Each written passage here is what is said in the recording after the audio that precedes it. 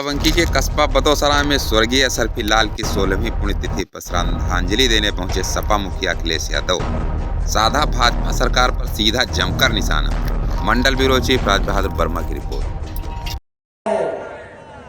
10 kilo की कम की है बोरी, ये दोबारा आ गए 24 में, तो समझ लेना और 5 किलो बाहर निकालने में। इन्होंने एम्बुलेंस खराब कर दी, 100 नंबर खराब कर दी इन्होंने पुलिस की व्यवस्था। एम्बुलेंस अगर किसी ने सेवा शुरू की थी तो बिना भेदभाव के गांव में गरीबों की मदद करने के लिए एम्बुलेंस जा रही थी। एम्बुलेंस जल्दी पहुंच जाती थी, आप फोन मिलाते थे एम्बुलेंस पहुंचती थी। अपनी माताओं बहनों के लिए अलग से एम्बुलेंस चलाई थी, गर्भवती माताएं बहनों के लिए अलग से एम्बुलेंस थी और फ्री थी उनको अस्पताल ले जाने तक, अस्पताल से वापस घर पहुंचाने तक के लिए।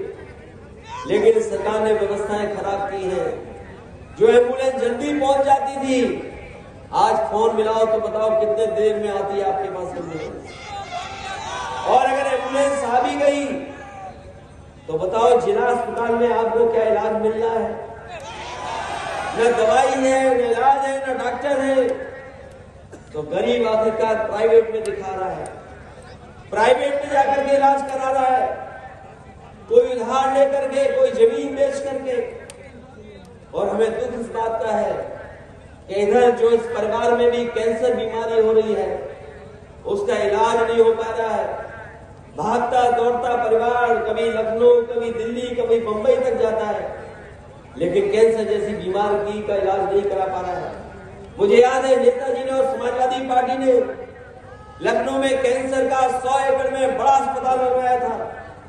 और वो अस्पताल कैंसर इंस्टीट्यूट इसलिए बन रहा था कि अगर गरीब परिवार के किसी सदस्य को कोई गंभीर बीमारी हो जाएगी तो उस अस्पताल में उसका पूरा का पूरा इलाज होगा और एक भी पैसा किसी भी गरीब से नहीं लगेगा, पूरा का पूरा पैसा सरकार देगी।